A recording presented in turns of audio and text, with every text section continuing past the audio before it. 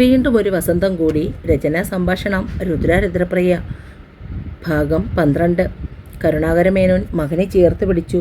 അത്രയും പാവമൊന്നും ആർക്കും ചെയ്യാത്തത് കൊണ്ടായിരിക്കും ഇപ്പോഴും ഇങ്ങനെ ജീവിച്ചിരിക്കുന്നത്. എനിക്ക് ഉറപ്പുണ്ട് എൻ്റെ സത്യ ജീവിതത്തിലേക്ക് തിരിച്ചു വരുമെന്ന്. അവൻ്റെ ഒപ്പം അവൻ്റെ ഭാര്യയും കാണും. ആഹാ, രണ്ടുപേരും കൂടി ഇവിടെ സംസാരിച്ചുകൊണ്ട് നിൽക്കുകയാണോ?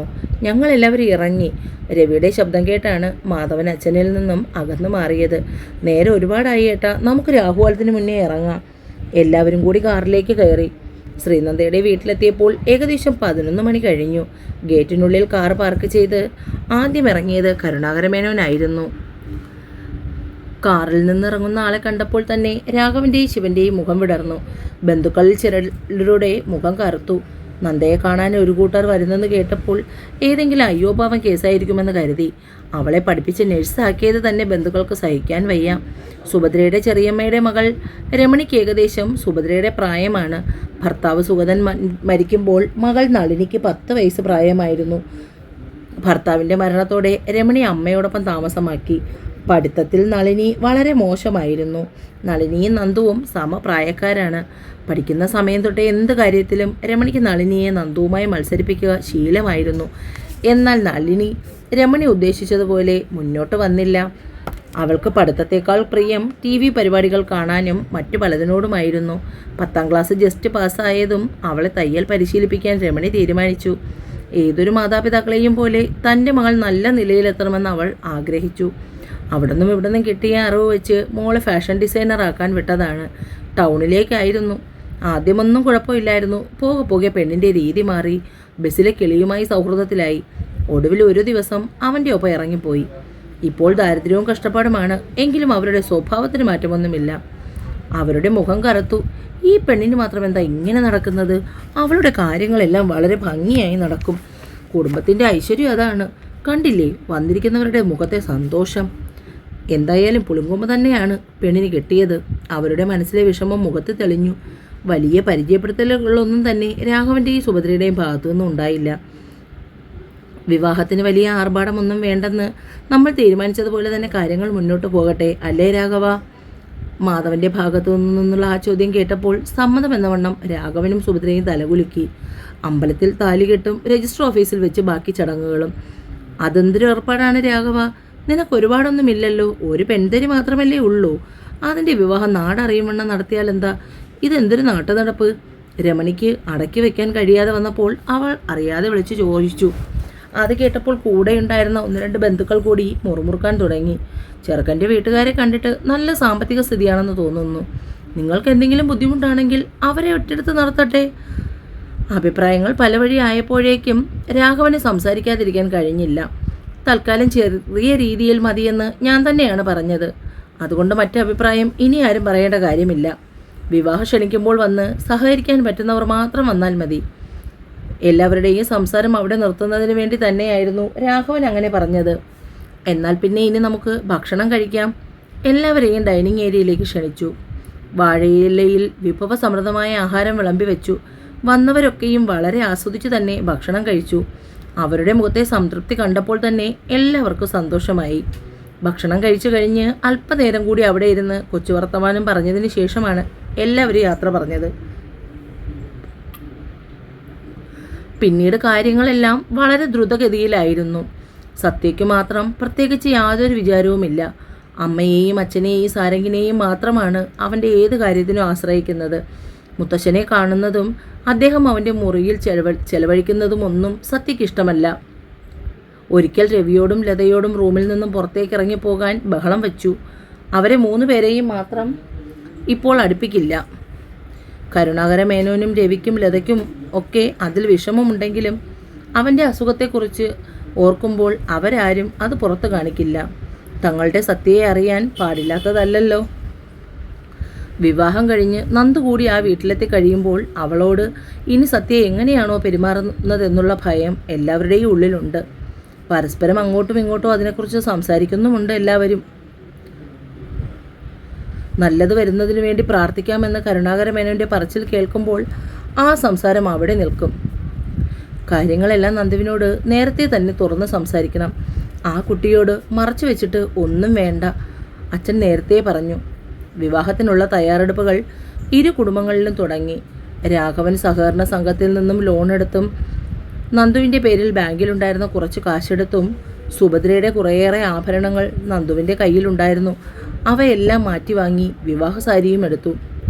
വീടിന് പെയിൻറ് പണിക്ക് രമേശൻ ആളെ ഏർപ്പാടാക്കി. അങ്ങനെ അതും കഴിഞ്ഞു. രമണി അന്ന് വന്നതിൽ പിന്നെ തിരികെ പോയില്ല. ആരും അവളെ പോകാൻ നിർബന്ധിച്ചുമില്ല. വൈകുന്നേരം നന്ദു ഹോസ്പിറ്റലിൽ നിന്ന് വരുമ്പോൾ എല്ലാ പേരും ഇറയത്തിരുന്ന് ചായയും കപ്പ പുഴുങ്ങിയതും കഴിക്കുന്നു. വേഗം പോയി കൈയും കാലും കഴുകി വന്ന് അവളും അവരോടൊപ്പം ഇരുന്ന് ചായയും കപ്പയും കഴിച്ചു. അച്ഛനും അമ്മയും മകളും കൂടി കളിതമാശകർ പറഞ്ഞ് കളിയാക്കി സന്തോഷിക്കുന്നതും കണ്ടപ്പോൾ ഒരു വേള രമണിയുടെ കണ്ണുകൾ നിറഞ്ഞു. നളിനി അടുത്തുണ്ടായിരിക്കുമ്പോൾ വൈകുന്നേരം തയ്യൽ ക്ലാസ്സിന് പോയി വരാറാകുമ്പോൾ ചേമ്പ് പുഴുങ്ങിയതും കാച്ചിൽ പുഴുങ്ങിയതും മറ്റുമായി അവരും ഇതുപോലെ കാത്തിരിക്കും. പക്ഷേ അതൊന്നും അവൾക്കിഷ്ടമല്ലായിരുന്നു. അമ്മ ഉണ്ടാക്കി വയ്ക്കുന്ന കട്ടൻ ചായയും ചേമ്പുമൊക്കെ അവൾക്ക് വല്ലാത്ത കുറച്ചിലായിരുന്നു. ടൗണിലെ ബേക്കറിയിൽ നിന്നും വാങ്ങിക്കൊണ്ടുവരുന്ന പലഹാരങ്ങൾ മുറിയിലിരുന്ന് അവൾ കഴിക്കും. അങ്ങനെ വെച്ച് നോക്കുമ്പോൾ അതിൽ നിന്നുമൊക്കെ എന്ത് വ്യത്യസ്തമാണ് നന്ദു എന്ന് അവർ ആലോചിച്ചു. സന്ധ്യയായപ്പോൾ അമ്മയും മകളും കൂടി കുളിച്ച് അമ്പലത്തിൽ പോകാനായി ഇറങ്ങി വന്നു. ഒരുപാട് സന്ധ്യയാകുന്നതിന് മുമ്പ് പോയിട്ട് വരണം കേട്ടോ, രാഘവൻ ഓർമ്മിപ്പിച്ചു. ഒരുപാട് വൈകില്ല അച്ഛാ, സാവിത്രി ചേച്ചി ബ്ലൗസും ചുരിദാറും തുന്നി വെച്ചിട്ടുണ്ടെന്ന് പറഞ്ഞു. അമ്പലത്തിൽ നിന്ന് മടങ്ങുമ്പോൾ അതുകൂടി വാങ്ങിയിട്ട് വേണം വരാൻ. വൈകുമെങ്കിൽ രമേശേട്ടനോട് ഒന്ന് അതുവരെ വരാൻ പറഞ്ഞാൽ മതി അച്ഛൻ. മാധവൻ്റെ നിർബന്ധം കാരണം സത്യ മുറിയിൽ നിന്നും പുറത്തേക്ക് ഇറങ്ങി. കോളേജിൽ അവധിയായത് കാരണം മാളുവും എത്തിയിട്ടുണ്ട്. ആദ്യമൊക്കെ മാളുവിനോട് വല്ലാത്ത അകൽച്ച സത്യ കാണിച്ചുവെങ്കിലും ഇപ്പോൾ 4-5 ദിവസമായി രണ്ടുപേരും നല്ല കൂട്ടാണ്. അവൾ പറയുന്ന ചില കാര്യങ്ങളെങ്കിലും ചെയ്യാൻ അവൻ ശ്രമിക്കാറുണ്ട്. പക്ഷേ മുത്തശ്ശനെ കണ്ടു കഴിയുമ്പോൾ ഉടനെ അവൻ്റെ ഭാവം മാറും. ഹോസ്പിറ്റലിൽ നിന്ന് വന്ന് ആദ്യമൊന്നും അങ്ങനെ ഇല്ലായിരുന്നു. പക്ഷേ ഇപ്പോഴെന്തോ വല്ലാത്ത അകൽച്ചയാണ് മുത്തശ്ശനോട്. 11 മണിയോടുകൂടി മാനേജരും ഒരാളും കൂടി വന്ന് സത്യയുടെ ഡ്രസ്സിൻ്റെ മെഷർമെൻറ്റ് എടുത്തുകൊണ്ട് പോയി. വീട്ടിലുള്ള മറ്റുള്ളവർക്കും വേണ്ട ഡ്രസ്സുകളെല്ലാം മെഷർമെൻറ്റ് കൊടുത്ത് വിട്ടിട്ടുണ്ട്. ആവശ്യമുള്ളത് സെലക്ട് ചെയ്ത് ബാക്കി തിരിച്ചു കൊടുത്ത് വിട്ടാൽ മതിയെന്നാണ് പറഞ്ഞേക്കുന്നത് ഡ്രസ്സുകൾ. ഒരുക്കങ്ങൾ പുരോഗമിച്ചു. അടുത്ത ബന്ധുക്കളെ മാത്രം ക്ഷണിച്ചുകൊണ്ട് ലളിതമായ ചടങ്ങ്. എങ്കിൽ പോലും അത്യാവശ്യം ആൾക്കാരെ ക്ഷണിക്കാൻ ഇൻവിറ്റേഷൻ തയ്യാറാക്കി. ഈശ്വരമംഗലത്തിൻ്റെ പ്രൗഢിക്കും പ്രതാപത്തിനും ചേർന്ന പോലെ. ഉച്ചയ്ക്ക് ചെറിയ മയക്കത്തിലായിരുന്നു നീലു. തുടരെ ഫോൺ ബെൽ കേട്ട് അവളെ എഴുന്നേറ്റു. സുമി കോളിംഗ് എന്ന് കണ്ടതും വേഗം കോൾ അറ്റൻഡ് ചെയ്തു. ഹലോ സുമി, എന്താടി വിശേഷം? ഇപ്പോൾ കുറേ ആയല്ലോ നിൻ്റെ ഒരു കോൾ കണ്ടിട്ട്. ഇന്നിപ്പോൾ എന്ത് പറ്റി എന്നെ വിളിക്കാൻ? എടി, ഞാൻ നിന്നോടൊരു അത്യാവശ്യം പറയുന്നതിന് വേണ്ടിയാണ് വിളിച്ചത്. നീ ആ വാട്സാപ്പ് ഓപ്പൺ ചെയ്ത് നോക്ക്. കോൾ കട്ടായതും നീലു വേഗം വാട്സാപ്പ് ഓണാക്കി. അതിലൊരു ഫോട്ടോ ഡൗൺലോഡായി. വായിക്കും തോറും അവളുടെ കണ്ണുനീർ ചാല് തീർത്തൊഴുകി മൊബൈലിൽ വീണ് ചിതറി. സത്യയുടെ വെഡ്ഡിങ് ഇൻവിറ്റേഷൻ ലെറ്റർ നീലുവിൻ്റെ കൈകളിലിരുന്ന് വിറച്ചു. ഭൂമി കീഴുമേലും അറിഞ്ഞു. താനൊരു ഗർത്തത്തിലേക്ക് എടുത്തെറിയപ്പെടുന്നത് പോലെ നീലുവിന് തോന്നി. ഹൃദയം മുറിഞ്ഞ് നിണം പടർന്നു. വേദനയോടെ ബെഡിലേക്ക് വീണു. എല്ലാമായിരുന്നവൻ ഒരു നിമിഷം കൊണ്ട് ആരുമല്ലാതായി തീർന്നു. അവൻ്റെ ഓർമ്മകളിൽ പോലും താനില്ല എന്നോർത്തപ്പോൾ ശ്വസിക്കാൻ പോലും മറന്നുപോയവൾ. ഓർമ്മകൾ നോവിക്കാൻ തുടങ്ങിയപ്പോൾ ഒരു നിമിഷം സ്വയം മറന്നുപോയി. എന്താണ് ചെയ്യേണ്ടത്, പാടില്ലാത്തത് എന്നറിയാൻ കഴിയാതെ ഒരു നിമിഷത്തെ പൊട്ടബുദ്ധിയിൽ തോന്നിയ ചിന്തയിൽ അവൾ ഡ്രോയിൽ നിന്നും ബ്ലേഡ് എടുത്ത് വാഷ്റൂം തുറന്ന് അകത്തേക്ക് കയറി. ആ ബ്ലേഡ് അവളുടെ കൈത്തണ്ടയിൽ ആഴ്ന്നിറങ്ങി. കാഴ്ച മറഞ്ഞ് നിലത്തേക്ക് വീഴുമ്പോൾ സത്യയുമൊത്തുള്ള സുന്ദര നിമിഷം അവളുടെ ഉൾക്കണ്ണിൽ തെളിഞ്ഞു നിന്നു. നിന്നെ മറന്നൊരു ജീവിതം എനിക്ക് കഴിയില്ല സത്യ. നീ മറ്റൊരാളുടേതാകുന്ന നിമിഷത്തിൽ ഞാൻ ഈ ഭൂമിയിലുണ്ടാകില്ല. അവർ ഒരുമിച്ചുള്ള നിമിഷങ്ങളിൽ കേൾക്കാൻ ഏറെ കൊതിയുള്ള ആ പാട്ട് അവളുടെ കാതുകളിൽ മുഴങ്ങിക്കൊണ്ടേയിരുന്നു. ഈ പെണ്ണെന്തെങ്ങനെ മുറിയടച്ചിരിക്കുന്നേ? ഈ സ്വഭാവം ഇനിയും മതിയാക്കാറായില്ലേ? നിരഞ്ജൻ്റെ ചോദ്യം കേട്ടപ്പോൾ ദിയ അമ്മയെ നോക്കി. നീ ഒന്ന് പോയി നോക്കു മോളെ അവളെ.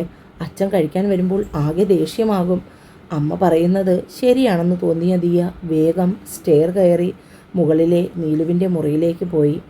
ഡോറിൽ തുടരെ തട്ടി വിളിച്ചിട്ടും അകത്തു നിന്ന് പ്രതികരണമൊന്നും കേൾക്കാതെ ദിയ ഉറക്കെ പേര് ചൊല്ലി വിളിച്ചു. നീലു മോളെ, ഡി കതക് തുറന്നേ, ദേ കഴിക്കാൻ വിളിക്കുന്നു, ഏട്ടൻ വന്നു. നീലു മോളെ. 1-2 തവണ കതകിൽ തട്ടി വിളിച്ചിട്ടും അനക്കമൊന്നുമില്ലാതെ ആയപ്പോൾ ദിയയുടെ ശബ്ദത്തിൽ വിറയൽ പടർന്നു. തുടരും. എന്നെ വായിക്കുകയും കേൾക്കുകയും ചെയ്യുന്ന കൂട്ടുകാർ ചാനൽ സബ്സ്ക്രൈബ് ചെയ്യണേ.